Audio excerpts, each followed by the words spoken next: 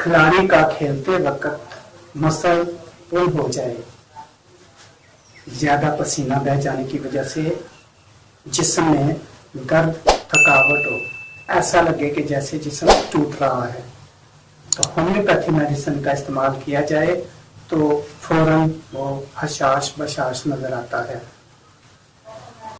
अगर कोई खिलाड़ी खेलने से पहले होम्योपैथी की मखसूस अद्वियात का इस्तेमाल करे और खेलने के बाद भी इस्तेमाल करे तो उसको थकावट का एहसास नहीं होगा।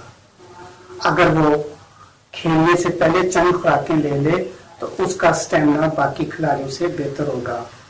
खेल के दौरान उसकी थकावट भी कम होगी और उसकी परफॉर्मेंस बहुत ज्यादा अच्छी होगी। इसी तरह किसान लोग जब खेत में काम करते हैं तो पसीना ज्यादा बह जाने की वजह से उनको भी बहुत ज्यादा थकावट हो जाती है। अगर होम्योपैथी मेडिसिन का इस्तेमाल किया जाए तो उनकी थकावट बआसानी ठीक हो सकती है और वो सुबह दोबारा हशाश बशाश अपने खेतों में काम कर सकते हैं।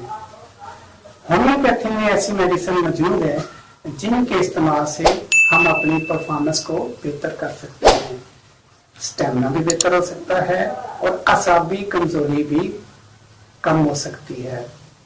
अगर मेरी ये वीडियो आपको पसंद आई है तो मेरे चैनल को सब्सक्राइब करें